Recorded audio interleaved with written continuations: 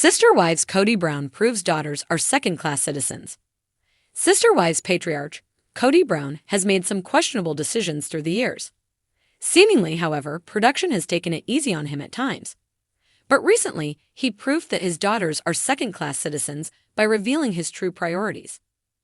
Kody Brown's kindness comes into question. After watching the January 5 episode of Sister Wives, fans are convinced more than ever that Kody Brown shows his bias in the family. However, when the reality hits, it is hard to stomach. Although Kody and Robin Brown seem to be getting a mix of edits during season 19, Kody's kind gestures aren't being accepted at face value after years of the series documenting his actions. Whether TLC producers are editing in their favor with a redemption storyline or slyly revealing truths right under their noses, fans are deciphering the information for themselves. For instance, fans discovered proof that Kody's daughters are second-class citizens in his mind. Kody Brown proves daughters are second-class citizens. On Reddit, Sister Wives fans discuss how Kody Brown has obvious prejudice in his family. First, a user says, "Life flight this chiropractor." Then they add, "So he is thinking he needs a life flight for Robin when she falls off the ATV with a helmet and gear, but when my Kody gets thrown from a friggin' horse and is screaming, the child gets a chiropractor?" What is wrong with these people? Seemingly, Robin was okay, but Kody immediately jumped to the idea that she might need a life flight. However, fans remember plenty of instances when Kody wasn't as eager to help. One fan snarks, "He had loads of daughters.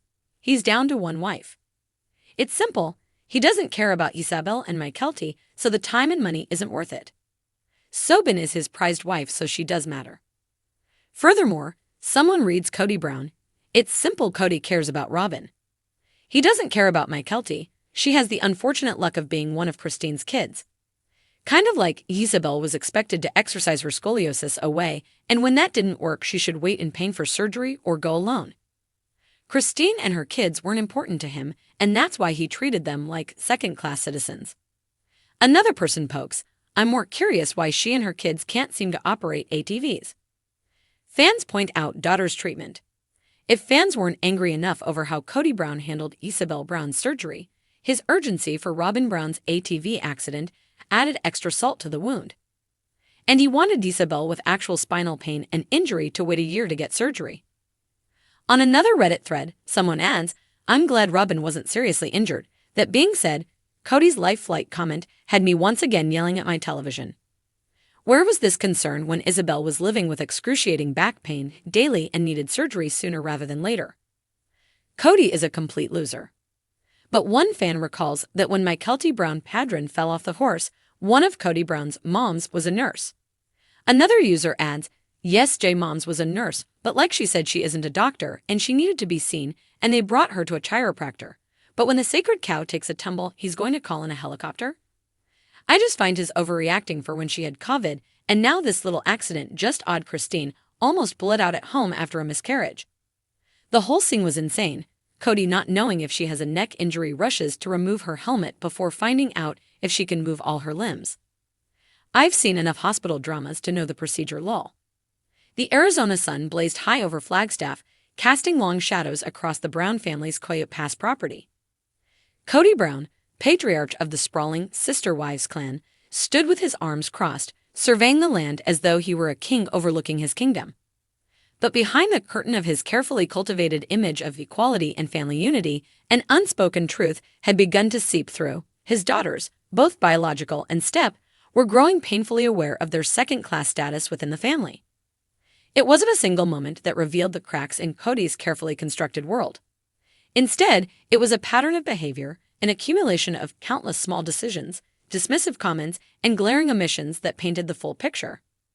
The Brown daughters, from Mary's only child, Mariah, to Cristin's independent-minded Gwendolyn, had long felt the weight of their father's priorities, and they knew they weren't near the top of the list. The house of uneven foundations. One particularly poignant memory stood out for Isabel, Cristin's daughter. When she needed surgery to correct her scoliosis, her father's absence spoke volumes. Isabel had tried to brush it off at the time, convincing herself that his concerns about COVID-19 were valid.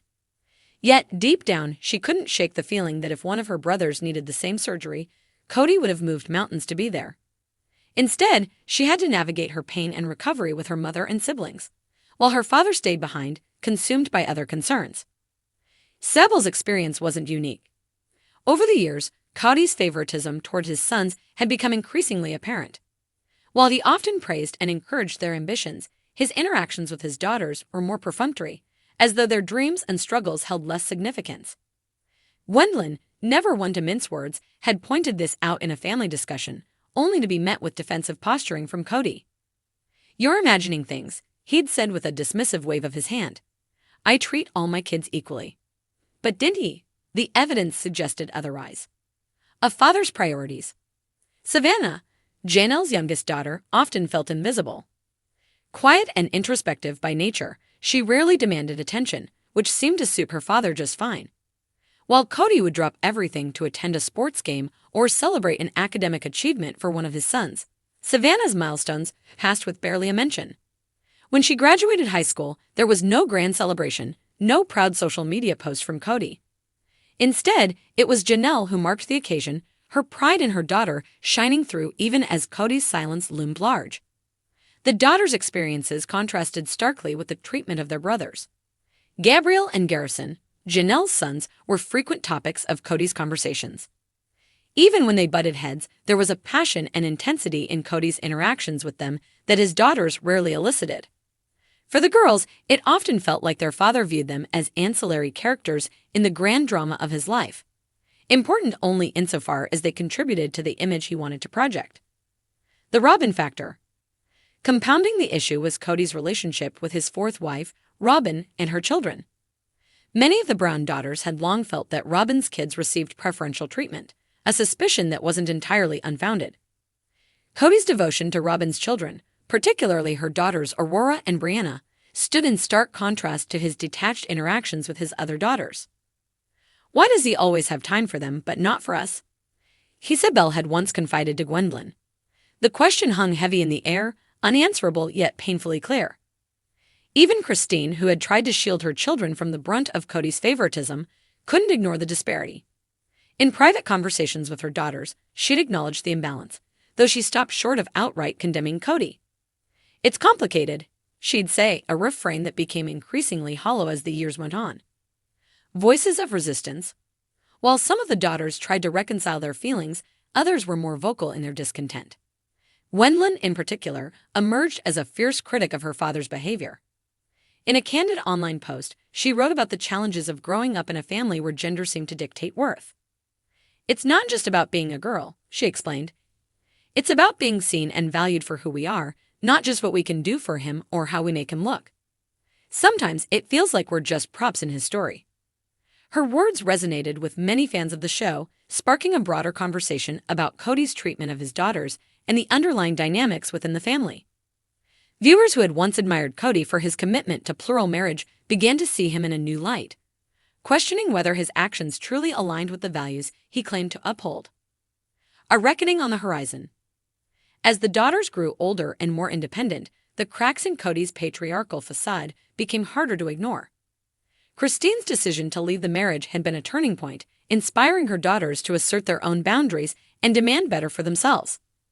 Sable, once hesitant to confront her father, began to speak out more openly, her voice gaining strength with each passing day. Even Robyn's daughters, once seemingly untouchable in Kody's eyes, began to question his actions. Aurora, now an adult, reflected on the impact her father's favoritism had on her relationships with her siblings. "We were all just kids trying to navigate this crazy family dynamic," she admitted in a rare moment of candor. "But the way he treated us created divisions that shouldn't have been there."